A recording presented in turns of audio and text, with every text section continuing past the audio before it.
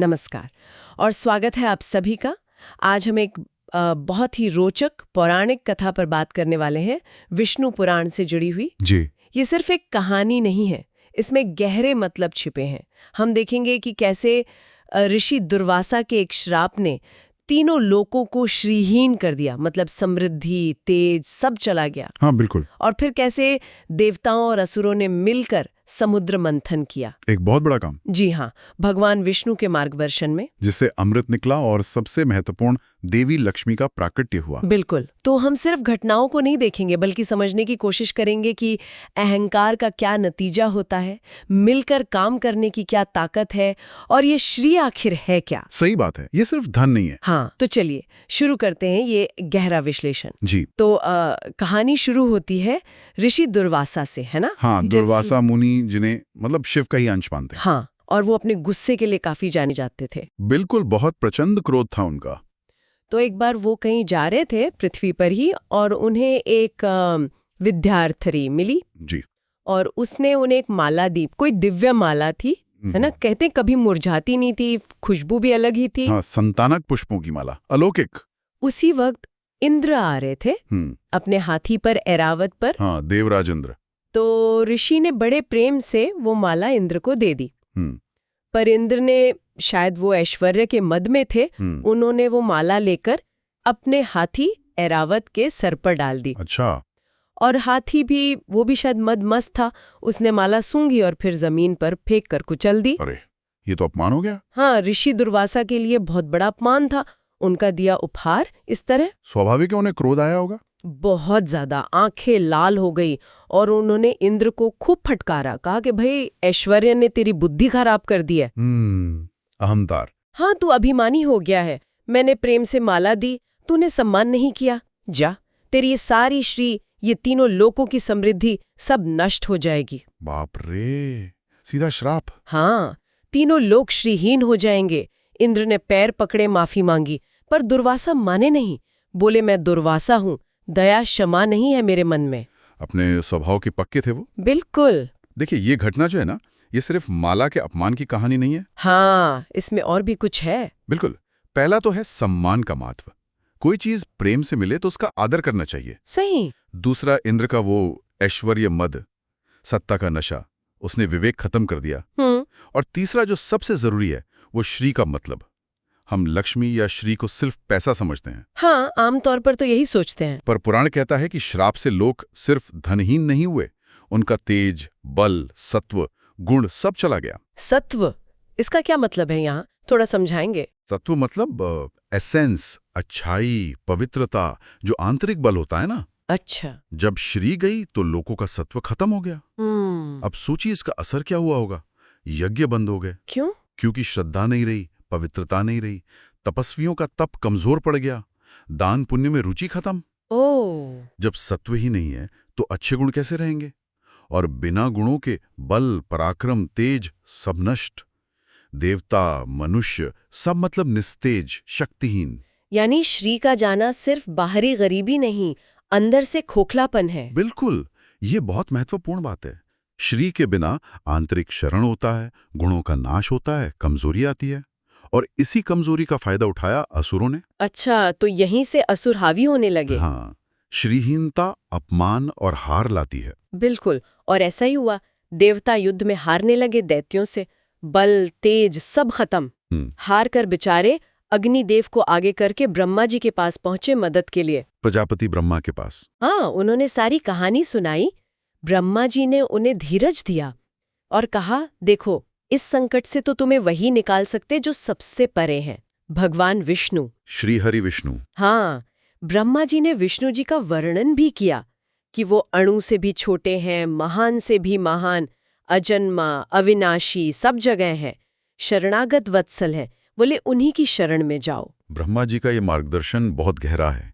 ये विष्णु के दोनों रूपों की तरफ इशारा करता है। दोनों रूप मतलब? एक निर्गुण जो निराकार परम सत्य है। अच्छा। और एक सगुण जो भक्तों के लिए रूप धरते हैं। अच्छा। वो सृष्टि में भी हैं और उससे अलग भी। वो नियमों में बंधे नहीं है, इसीलिए जब पूरी व्यवस्था बिगड़ जाती है, देवता भी शक्तिहीन हो जाते हैं। तब वही परम शक्ति संतुलन बना सकती है। हाँ, ये तो सही है। ये दिखाता है कि एक सर्वोच्च सत्ता है जो संतुलन रखती है। तो फिर देवता गए विष्णु जी के पास। हाँ। ब्रह्मा जी के कहने पर सब देवता क्षीर सागर के तट पर पहुंचे और वहां उन्होंने पूरे मन से वेदों के सूक्तों से विष्णु जी की स्तुति की, प्रार्थना की और उनकी सच्ची पुकार सुनकर भगवान विष्णु प्रसन्न हुए और प्रकट हो गए। शंख, चक्र, गदा, पद्म धारण किए हुए, गरुड़ पर बैठे हुए, करोड़ों सूर्यों जैसा तेज। अद्भुत दर्शन। देवता तो देखकर अभिभूत हो गए, आंखों में आंसू आ गए, साष्टांग प्रणाम किया और फिर स्तुति करने लगे। हे जगन्नाथ, हे सर्वव्यापी, आप ही सब कुछ हैं। प्रभु, दैत्यों ने हमें हरा दिया, स्वर्ग छीन लिया, हम शक्तिहीन हैं, आपकी शरण में हैं, कृपा करो, हमें शक्ति दो। भगवान विष्णु मुस्कुराए, एक आश्वासन भरी मुस्कान, और बोले, डरो मत, मैं तुम्हारी शक्ति लौटाऊंगा, पर तुम्हें एक बड़ा काम करना होगा, मेरे कहे अनुसार। अच्छा, यहाँ से योजना शुरू हुई। हाँ, उन्होंने प्लान बताया। बोले, अभी जाओ, असुरों से संधि कर लो, दोस्ती कर लो। कूटनीति। हाँ, कूटनीति से काम लो, उन्हें अमृत का लालच दो और समुद्र मंथन के लिए मनाओ। समुद्र मंथन, ये तो बहुत बड़ा विचार था। हाँ, भगवान ने पूरी विधि बताई कि मंदराचल पर्वत को मथानी बनाओ, वासुकी नाग को रस्सी। वासुकी शेषनाग के भाई? हाँ, और क्षीर सागर में सारी दिव्य औषधियां डाल दो। फिर तुम और असुर मिलकर मेरी मदद से समुद्र को मथो, इससे अमृत निकलेगा, उसे पीकर तुम अमर हो जाओगे। ये विष्णु जी की रणनीति कमाल की है। ये उनकी लीला है। हाँ। उन्होंने देवताओं से कहा कि असुरों को बोलना कि भाई जो निकलेगा सब बराबर बांटेंगे, खासकर अमृत। अच्छा, असुरों को ये कहा गया? हाँ, लेकिन देवताओं को चुपके से आश्वस्त किया कि चिंता मत करो, मैं देख लूंगा। असुरों को अमृत नहीं मिलेगा, उन्हें सिर्फ मेहनत मिलेगी, फल तुम्हें। ये तो बड़ी चतुराई वाली बात हुई। हाँ, ये दैवीय कूटनीति है। उद्देश्य है धर्म की विजय, और उसके लिए कभी कभी ऐसी नीतियां जरूरी हो जाती हैं जब लक्ष्य बड़ा हो। समझ गया। ये दिखाता है कि बड़े लक्ष्यों के लिए प्रैक्टिकल और स्ट्रेटेजिक होना भी पड़ता है। खैर, भगवान की बात सुनकर देवताओं में जोश आ गया। वो तुरंत गए असुरों के राजा बलि के पास, संधि का प्रस्ताव रखा। अमृत का लालच। हाँ, अमृत का नाम सुनकर असुर तो फौरन तैयार हो गए। बस तैयारियां शुरू। मंदराचल पर्वत को उखाड़कर समुद्र तक लाए, वासुकी नाग को मनाया कि रस्सी बन जाओ। ये सब आसान नहीं रहा होगा। बिल्कुल नहीं। अब मंथन शुरू कैसे हो, तो विष्णु जी ने कहा, देवता पूंछ की तरफ रहे, असुर मुंह की तरफ। अच्छा। असुरों को लगा मुंह की तरफ रहना ज्यादा सम्मान की बात है, वो मान गए। देवता पूंछ की तरफ हो गए। मंथन शुरू हुआ। लेकिन पर्वत इतना भारी था कि समुद्र में धंसने लगा। ओह, तो कैसे हुआ मंथन? तब विष्णु जी ने एक विशाल कछुए का रूप लिया, कूर्मा अवतार, और पर्वत को अपनी पीठ पर उठा लिया, एक स्थिर बेस दिया। वाह, आधार बन गए। हाँ। उधर वासुकी नाग को जब खींच रहे थे तो उसे बड़ा कष्ट हो रहा था। जाहिर है। उसके हजारों मुंह से भयंकर जहरीली फुंकारें, आग निकलने लगी। अब जो असुर मुंह की तरफ थे वो उस जहर और ताप से झुलसने लगे, काले पड़ गए, शक्तिहीन होने लगे। ओह, ये तो उल्टा पड़ गया उन पर। हाँ, जबकि पूंछ की तरफ जो देवता थे उन पर भगवान की कृपा हुई। आसमान से बादल आकर ठंडा पानी बरसाने लगे तो वो ताजे बने रहे। इसमें भी एक सीख है शायद। असुरों ने अहंकार में मुंह चुना, कष्ट पाया। देवताओं ने विनम्रता से पूंछ की ओर रहना माना, उन्हें आराम मिला। हो सकता है, शायद यही हो कि ईश्वर का कहा मानने वालों को मदद मिलती है। और सुनिए, विष्णु जी की भूमिका यहीं खत्म नहीं हुई। वो एक रूप से देवताओं के साथ खींच रहे थे, दूसरे से असुरों के साथ, ताकि बैलेंस बना रहे। अच्छा। दोनों तरफ। हाँ। और एक और अदृश्य बहुत बड़े रूप में ऊपर से पर्वत को दबाए हुए थे ताकि वो उछले नहीं। कमाल है। इतना ही नहीं, वो वासुकी नाग में और देवताओं में अपनी शक्ति भी भर रहे थे। मतलब वो हर जगह थे। आधार भी, खींचने वाले भी, कंट्रोलर भी, एनर्जी देने वाले भी। हाँ, सोचे कितने रूपों में मदद कर रहे थे। अद्भुत। ये उनकी सर्वव्यापकता है। किसी भी बड़े काम में ये सब चाहिए, नींव, मेहनत, नियंत्रण, ऊर्जा। विष्णु जी स्वयं ये सब बनकर उसे सफल बना रहे थे। हजारों साल तक ये मंथन चला। फिर समुद्र से चीजें निकलनी शुरू हुई, एक एक करके। रत्न। हाँ, रत्न। सबसे पहले निकली कामधेनु गाय, सुरभि, इच्छाएं पूरी करने वाली, यज्ञ के लिए घी देने वाली। ऋषियों ने उसे ले लिया, पोषण का प्रतीक। फिर निकली वारुणी देवी, मदिरा की देवी। हाँ। उन्हें असुरों ने ले लिया। आनंद, उत्सव। उसके बाद निकला पारिजात वृक्ष, कल्प वृक्ष, मनचाहा फल देने वाला। हाँ। देवता उसे स्वर्ग ले गए। इच्छा पूर्ति। फिर सुंदर अप्सराएं निकली, रंभा, मेनका जैसी। उन्हें गंधर्वों ने अपनाया। कला, सौंदर्य। फिर चांद निकला, चंद्रमा।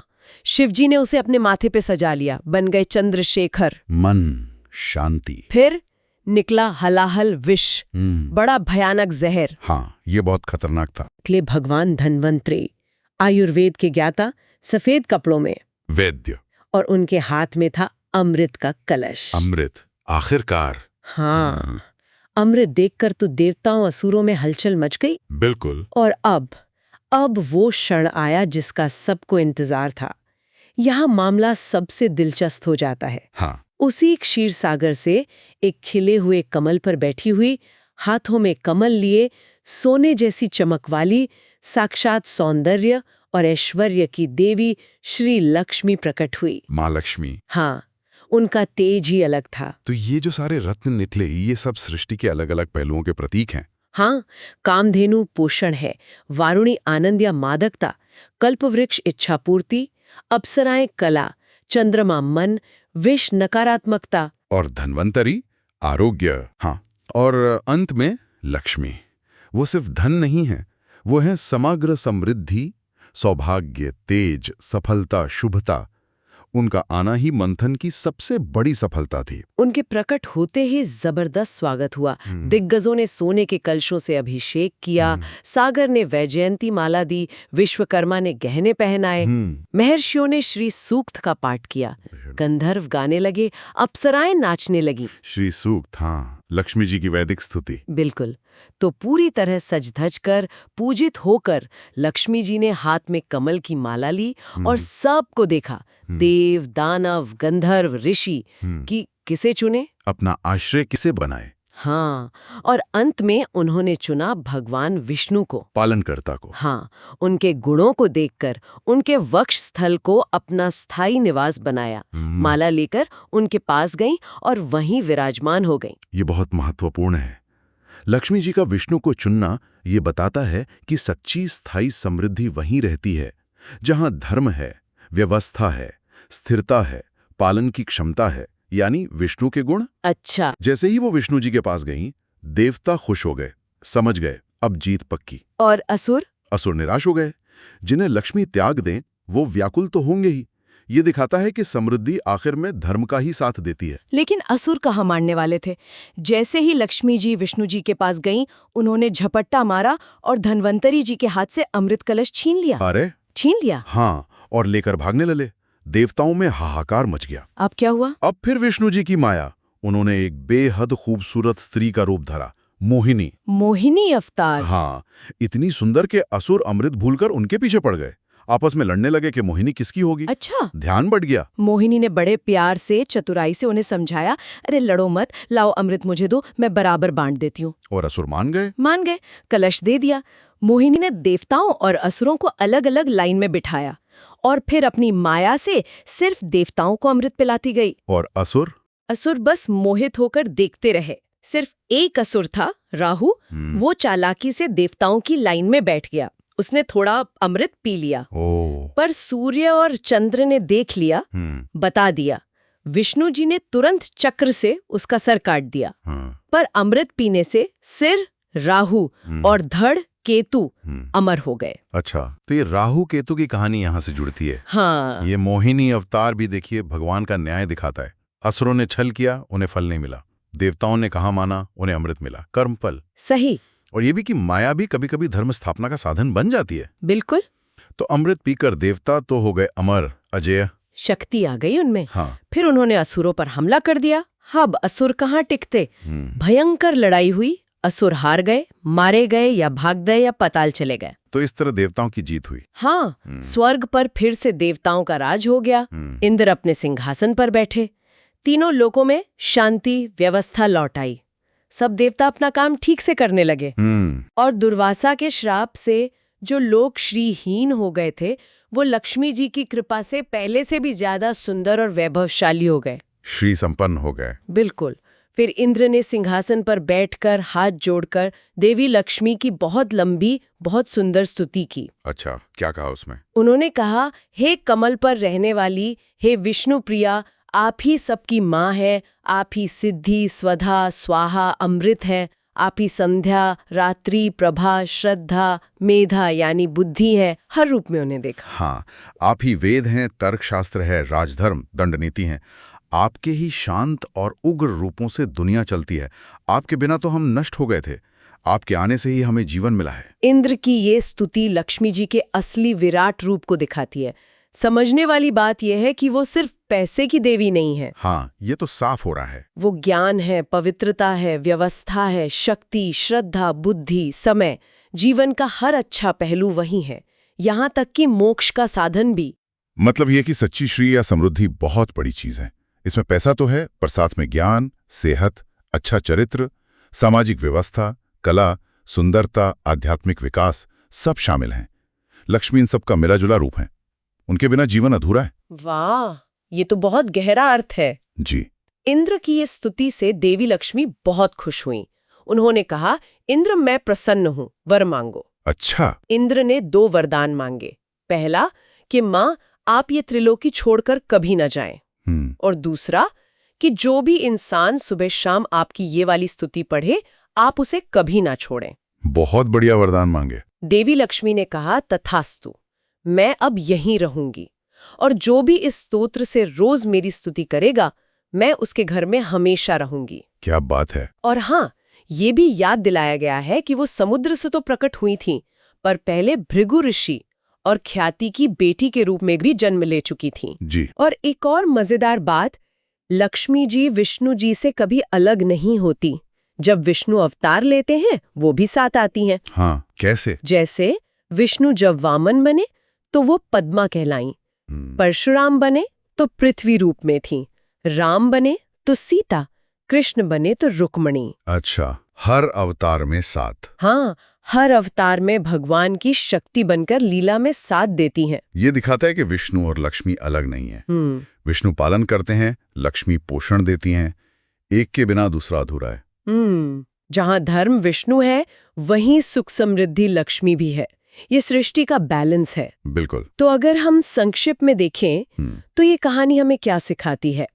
अहंकार का पतन होता है, जैसे इंद्र का हुआ। सही। मुश्किल समय में भगवान की मदद जरूरी है, और सबसे बड़ी बात, मिलकर काम करने से, जैसे देवताओं असुरों ने मंथन किया, बड़े से बड़ा लक्ष्य भी हासिल हो सकता है। हाँ, सामूहिक प्रयास की शक्ति। और सबसे जरूरी, श्री का मतलब सिर्फ पैसा नहीं, बल्कि गुण, ज्ञान, सेहत, व्यवस्था, सुंदरता, सौभाग्य, पूरा संतुलित जीवन। बिल्कुल। और ये कहानी आज भी उतनी ही रेलेवेंट है। जीवन में उतार चढ़ाव आते हैं, श्री आती जाती है, पर विनम्रता, अच्छा आचरण, धर्म का पालन और कोशिश करते रहने वालों पर कृपा बनी रहती है। हाँ, कर्मफल का सिद्धांत। जी। तो जाते जाते श्रोताओं के लिए एक सवाल छोड़ जाते हैं। इस कहानी में समृद्धि सिर्फ धन से नहीं, बल्कि गुण, शक्ति, ज्ञान, व्यवस्था से जुड़ी है।